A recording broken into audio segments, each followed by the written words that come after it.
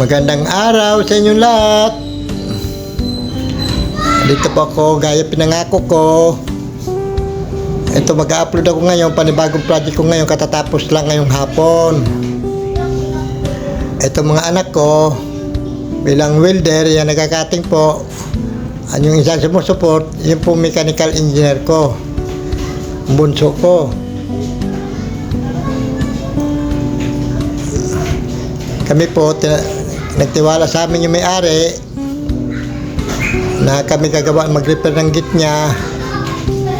Lahat po ang pinagsabi niya, sinusunod namin. Kundi po yung naintindihan yung boses ko kasi po may pagkaislang na ito dahil stroke na ko at walang ngipin lahat. Sana po guys, maunawaan nyo.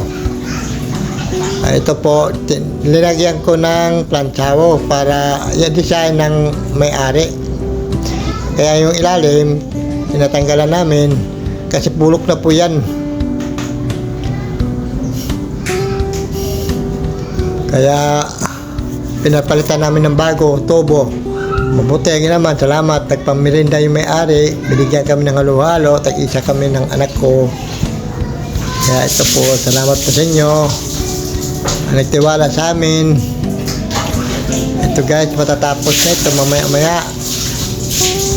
Kaya pag mamaya i-upload ko nito, itong video kong ito.